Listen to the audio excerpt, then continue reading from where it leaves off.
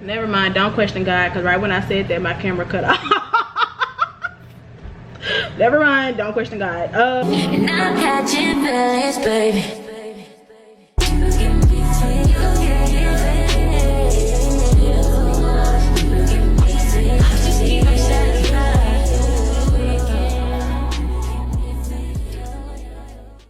Hey guys, it's Keandra and I'm back with another video. So I want to do a quick disclaimer.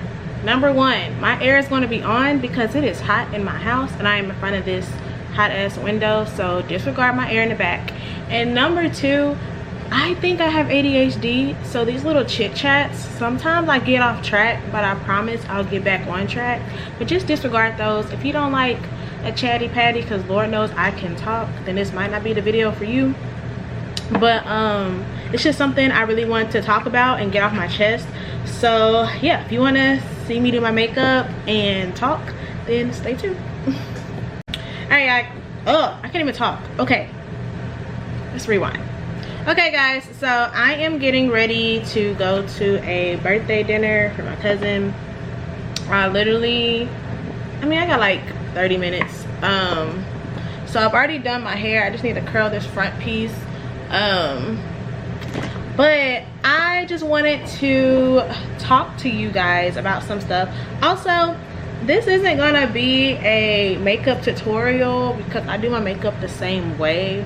So if y'all see something and y'all want to know what it is, just ask me. But it's not gonna be like a how-to because y'all, I ain't changed my makeup in years. I don't keep up with the trends and the times. I'm just not that girl. I just do what works for me.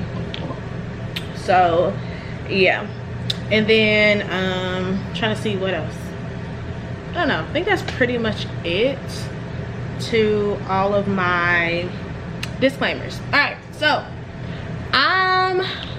in the mornings, or just whenever I get a chance, but normally in the mornings before I get up and I start my day, I pray.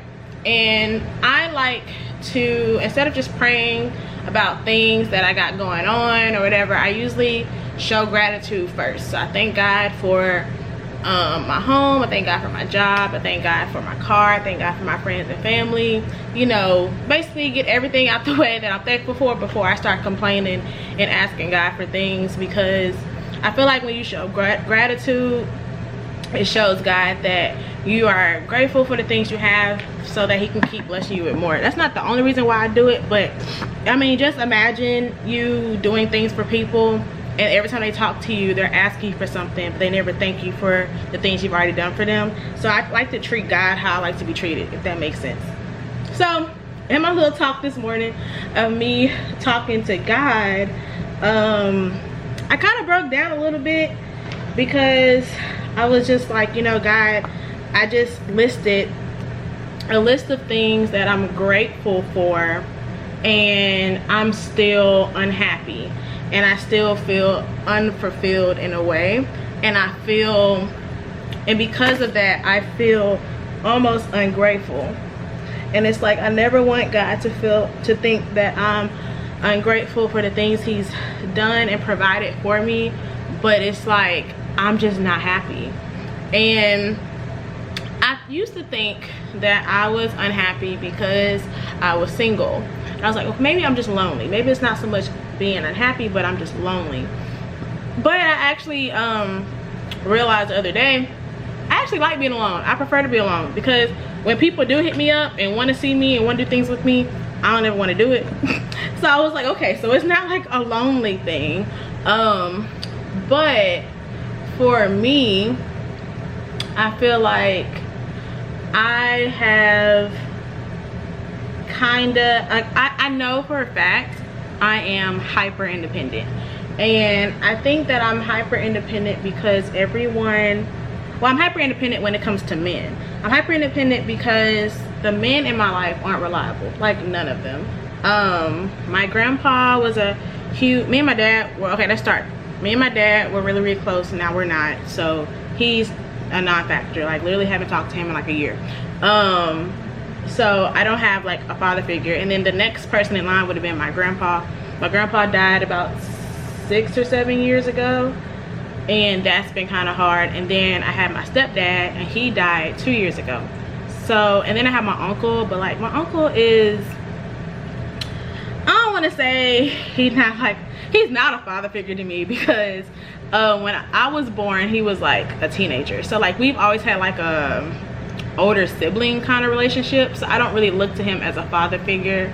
But I will admit, like, sometimes I wish he would have stepped up whenever he saw the father figures in my life not step up. But at the same time, it's not his job, if that makes sense. So I don't really look to him as a father figure. And then he also kind of like one of these, you know, like the new niggas, how they not really manly, like they don't, not saying he's not a man, because he's definitely a man, but, and he takes care of his family, but it's just like he's not the, if I'm stranded on the side of the road and I need somebody to come fix my tire, he's not that nigga. Like, he'd rather pay somebody to do the hard labor than do it. Like, he's a bougie ass nigga, honestly. So it's just like, that is something that I've kind of realized as I get older. I'm thinking about marriage, I'm thinking about who's gonna walk me down the aisle, I'm thinking about all these things, and it's just like all the father figures in my life are like non-existent.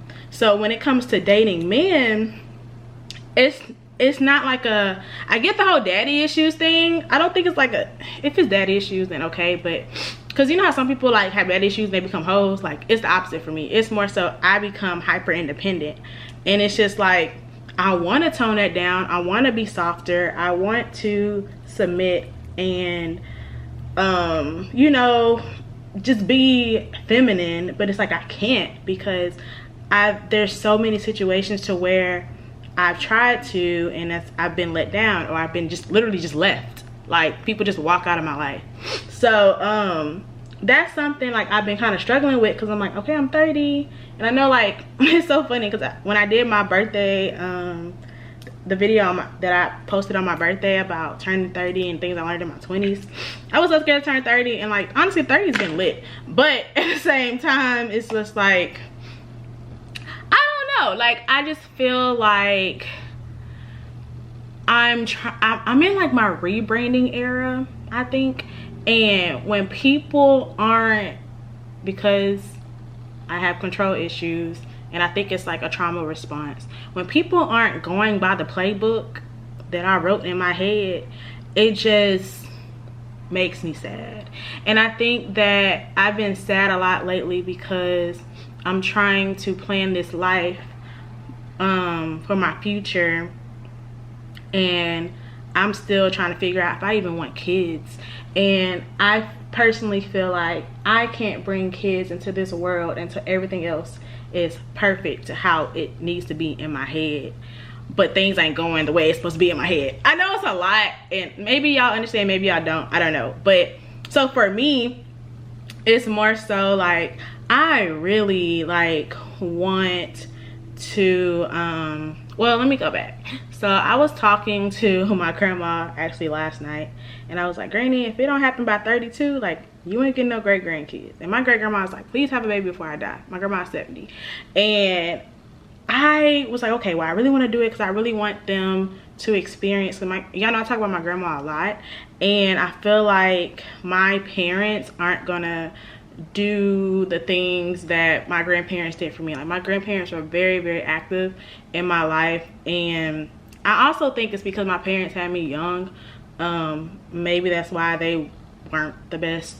I don't want to say they were horrible parents, because my mama watched my channel, but it was just like, people wonder why I leaned so much, I guess, towards my grandma and my grandpa when I was younger, and it was because that was like my version of stability, if that makes sense. And when you have anxiety and depression, you want stability, so you need that reassurance that everything's gonna be okay. So my only example of stability were my grandparents, and so that's what I want my kids to have. Granted, I can have a husband, his parents can be great, and they can be the grandparents that I had growing up. My grandpa's already gone, and so it goes back to that whole control thing in my mind.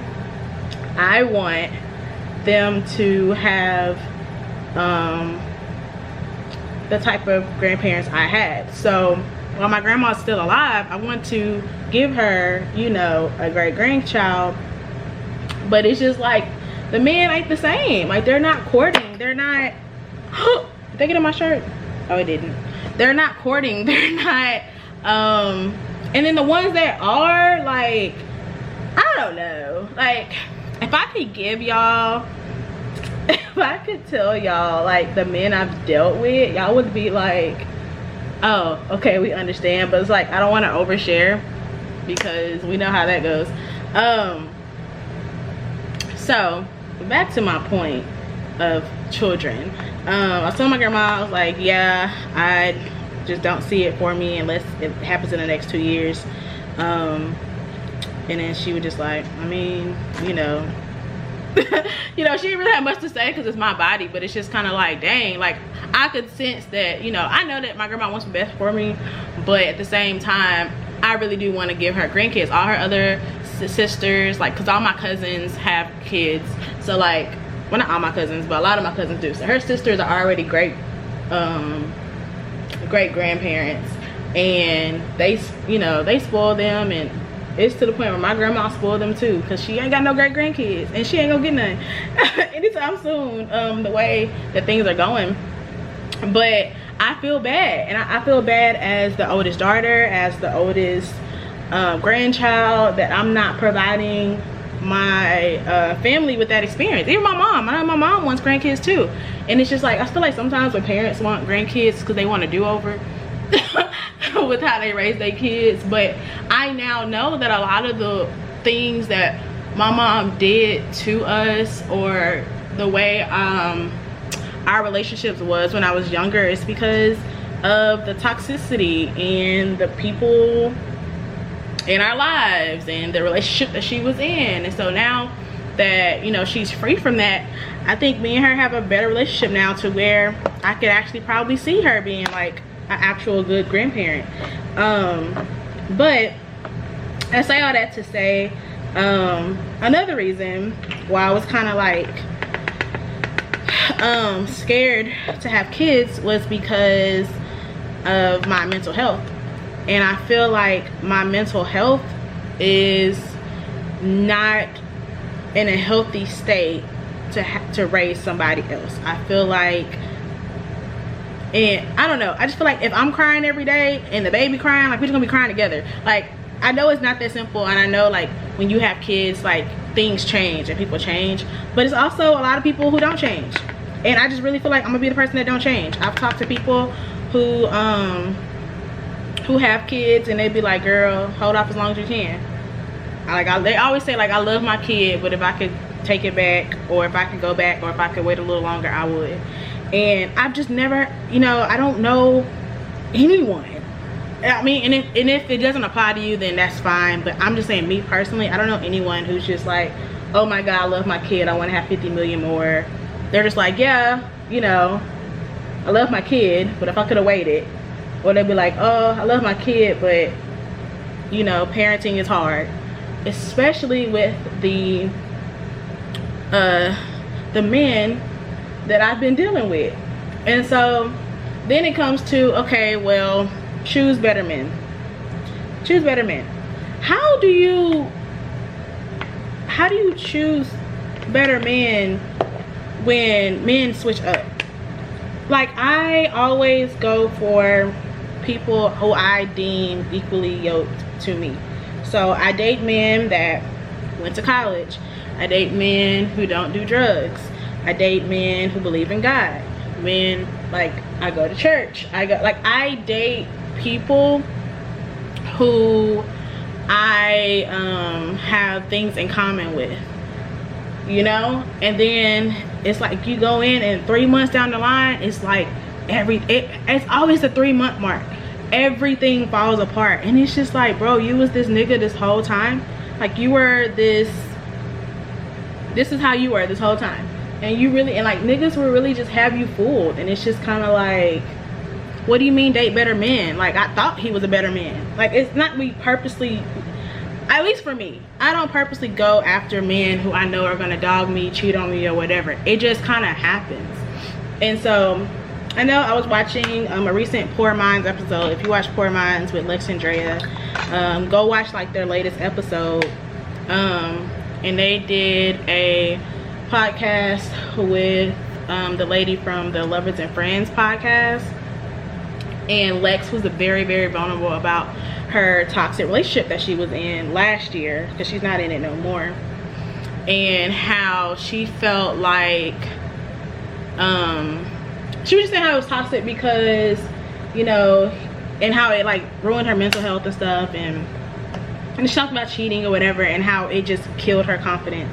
And I feel like if you've been following me for a while, then you know I had a relationship kind of similar to that about 2 or 3 years ago, and it wasn't so much killing my confidence as, well, I'm ugly. It wasn't like that. It was more so like I was not saying I was perfect, but I was pretty damn near close. Like, you can ask any of my exes, I don't argue with men, and I think that just stems from childhood trauma and seeing domestic violence in my household. I don't argue with men, so if there's ever an issue to where it could escalate to that point, I leave. So you can ask any of my exes. I've never yelled at them. I don't yell, I don't fight. That's just something I don't do. So I didn't do that. And then, so when you take that into consideration, and then like I was really giving, very nurturing, there was just nothing, like whenever this particular relationship, whenever we broke up, he literally was just like, you didn't do nothing wrong, it was me, because I had caught him cheating.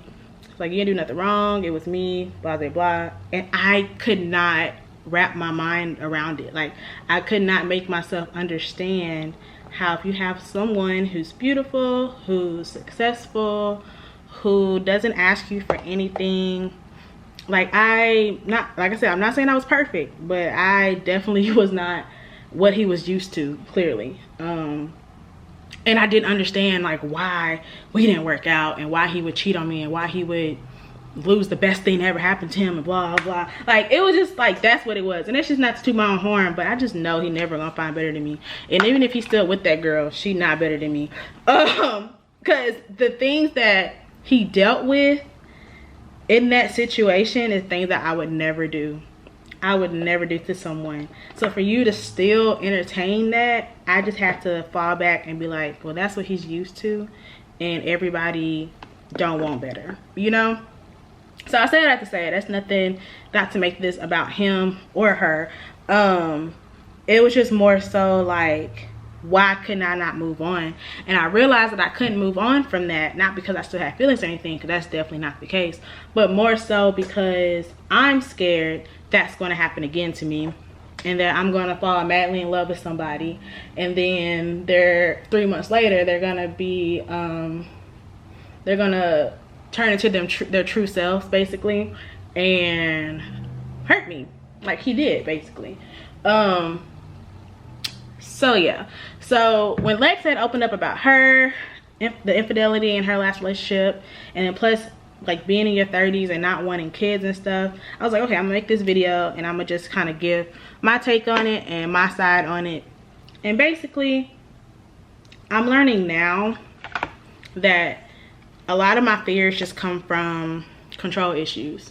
I have control issues because I have a lot of anxiety, and I have a lot of childhood trauma that's been kind of unresolved. And I've learned that when you are an adult, basically your adulthood is just healing your childhood trauma. When I went to go see Usher, that was me healing my childhood trauma from when Confessions came out in like did Confessions come out 2002, 2005, something, whenever Confessions came out. That was like, Usher was my man. Like, I loved him more than Chris Brown when Confessions came out. And I got my whole life whenever I had went to see him in Vegas. And I remember when I went to the Millennium Tour, I remember being young and wanting to go see B2K and Bow Wow, and my dad didn't let me go. Well, it's not that he didn't let me go, he just ain't buy me no tickets. But I think also, like I said, I was a preacher's kid, so it was just a lot of things that I just knew not to ask for. But also being the oldest, it was kind of like they didn't have experience with other children, like letting them go to concerts and stuff like that. So it's a lot of things that I didn't get to do that later on my younger siblings got to do because I was the guinea pig for it. And so I remember when I went to the Millennium Tour, and I was so happy. Like, that's probably like one of the second, like the most, probably like top 5 happiest I've ever been. And I realized I'm so addicted to nostalgic things now because I'm healing my inner child. Like, if you ever get in my car and you listen to my playlist, like none of it is like this new stuff that everyone's like playing now. Like, you're never gonna hear Lil Baby in my car. I couldn't tell you now. I mean, I know Lil Baby songs, but like I probably don't even know that's Lil Baby. It's probably because I heard it on TikTok or something. Like, it's always gonna be things like Day 26. I cannot let them go. I don't know why. Day 26, Daddy Kane. Like, it's always gonna be something from my childhood because I'm still trying to heal that little girl. So I feel like maybe until I heal that part of me, like, then I'll have a kid. But you know, it's not how life works. Like, you can't just be like, I mean, I guess I could, but for the most part, you can't really do that. Like, sometimes God gives you a kid or a relationship when he thinks that you're ready. And for a long time, I felt like, as of lately, I've just been feeling like I haven't been ready, and that's why God hasn't been giving me these things. I've been having like a lot of health issues lately, and flare-ups and inflammation. And I was thinking like, dang, I'm kind of happy that I'm getting all this out the way now, because if I was dating someone, did I tell y'all about my oral surgery? Like, I went to the dentist and like my face was like swollen. I had actually recorded a video about my mouth and the things I was going through because it flared up on my birthday. Well, not on my birthday, but the day I left for my Vegas trip for my birthday, and I had to like a get ready with me, and then I ended up just deleting the footage because I never finished my birthday vlog and it was trash content anyway. But I have been having like all these things wrong with like my mouth and my skin, and just everything that could go wrong has been going wrong. And I was like, I would be embarrassed like if I was going through all this stuff and then I was dating someone, because I wouldn't want to be seen, you know. So I thank God sometimes, or like even just with my weight, like my weight has been fluctuating like crazy, and I'm starting to lose weight now, but it's just like I'm not even at my best self. So maybe, you know, God is waiting until he feels like I'm ready, because I can honestly say, like the last couple of days, I've barely been answering the phone. Like, I don't even want to talk to people. And it's like, you can't do stuff like that or have those type of moments when you're in a relationship with somebody, you know. So I guess what I'm saying is, sometimes the delay is not because you're not worthy, but it's more so because you're not ready. And when God sees that you're ready for this relationship or this job or whatever it is you're asking him for, he'll deliver. And I think about everything in my life that I've ever prayed for and or tried to manifest, and for the most part I've gotten it. I wanted this townhome years ago. I used to work here actually in the leasing office, and I remember touring this type of this floor plan. Yeah, I remember touring this floor plan and wanting to live here, but I didn't make enough, which is so crazy to me because I worked here and I didn't make enough to live here. And years later, here I am living here. Or I remember I've always said I wanted a white car with chrome. And even though the car that I have isn't the make and model that I wanted, it's still a white car with chrome. I wanted to be, you know, a YouTuber. I wanted to work with brands and get free products, and that's currently what I do. Like, there's literally, just because it doesn't come on your time doesn't mean it's not attainable. You know what I'm saying? So that's honestly like kind of like what I've been, I guess, dealing with as of lately. It's just trusting God's timing. But it's okay to be sad. It's okay to I probably shouldn't tell y'all it's okay to question God, but I'm gonna be honest, I do. Never mind, don't question God, because right when I said that, my camera cut off. Never mind, don't question God. But what I will say is I find comfort in knowing that everything I ask God for, he provides, and he's going to provide it. And just because it's not happening right now doesn't mean it's never going to happen, because literally everything I've ever asked him for, when it's just like I've gotten it. And just I remember, and it's, I mean, I'm talking about from things that I was asking for as a kid. Like, I've gotten it. It's, I don't know, that's crazy to me. Like, it's kind of just like even as I'm telling y'all this, I'm like, dang, like how many times I went to see Chris Brown? I've seen Chris Brown like 5 times. It's just like sometimes you just gotta wait till you grown. Well, luckily the people I liked back then still performing.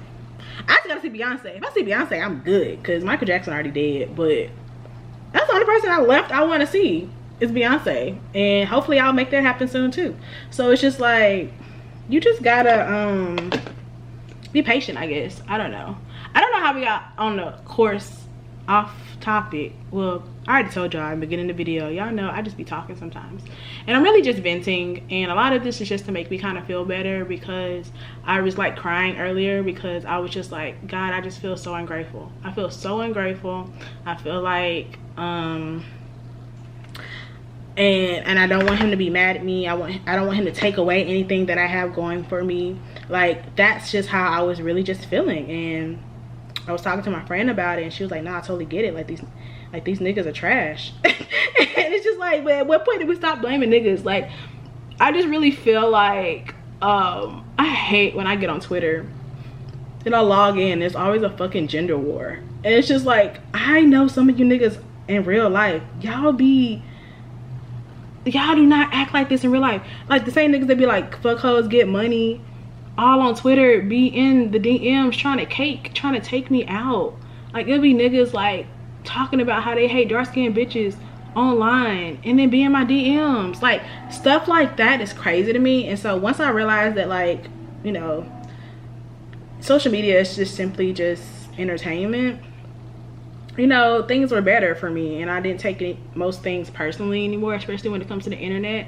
But at the same time, it makes me feel like this generation is lost. Like, I feel like everybody is like fucking slow, and it's like I talk to men now, and I'm just like, I feel like I have to ask them what they Twitter is before I take them seriously, because what you're not gonna do is get on social media and embarrass me and have hoes laughing at me. That's what you're not gonna do, okay? But it's just also just, I just know that life ain't gotta be this hard, and sometimes we make it harder than what it needs to be. And I feel like I've been making it harder than what it needs to be with all these expectations that I've been having of people. And then when people let me down, I get mad and sad and depressed, and then I be crying to God, when in reality everybody can't meet your standards and expectations, because it's not their job to. And that's why I'm not married, and that's why I ain't got no husband, and that's why I don't have any kids. And for all I know, I could probably know who my person is, and they just not ready. Same way I'm not ready, they cannot be ready. And that's just kind of like what it is. And that's kind of just what I tell myself, so I stop crying. I was just like, girl, you gonna get there. You gonna get there. Another thing is too, I went viral the other day because I was defending Keith Lee on TikTok. And people was calling me all kinds of dumb bitches and hoes and shit. And I was just like, bro, all I said was that man just do food reviews and love his kids and wife. That's all I said. I was like, y'all stop being haters. It was like, he's blah blah, you're a dumbass bitch, he's blah blah. I'm like, bro, I don't even know these people. People are crazy. Freaking nuts. But anyway, so in conclusion, in my TED talk, because I don't even know where I was going with this, because there's no title to this. I don't even know what I'm gonna title this video. But what I will say is that sometimes it's okay, not okay to be mad at God, but it's okay to, you know, be upset with life. I'll say life. I'm gonna say God, because last time I said that, God cut off my camera. It's okay to be upset with life and sad about where you're not, but also I need y'all to be grateful and think about where you are and what it took for you to get to where you are, because I guarantee something that you've prayed about a long time ago, you're either living or you've done it already. And that's what kind of helps me keep going. And I was like, and when God bring my person or whatever, hopefully I'm ready and I don't fumble it like my ex fumbled me, period. I'm playing. But yeah, that's pretty much it. This is cute. Do I want to show you my outfit? I guess I'll show you my outfit. So let's go look at my outfit. All right, let's zoom in a little bit if you can see me. So I have on this button up striped shirt. It's kind of like a high-low. Actually, I just made it high-low. But it's kind of, I don't know if it's meant to be open or closed, but I'm wearing it closed. And I have on these shorts. Y'all, these shorts are like on sale at Walmart for like $7. So I got it like every color like a long time ago. I have on my Christian Dior slides, and then have my little bucket bag from Temu actually. And for the scent, I have my Sol de Janeiro Brazilian Crush. That's been this, I don't know if it focus. This is like the travel size. I might go get the big. Anyway, if y'all know Sol de Janeiro, y'all know what it looks like. It's in the number 62. I heard the number 40 is really good. This is pistachio and salted caramel, so I basically just smell like vanilla pretty much. But yeah, this is the scent of the day. And yeah, so let's go eat.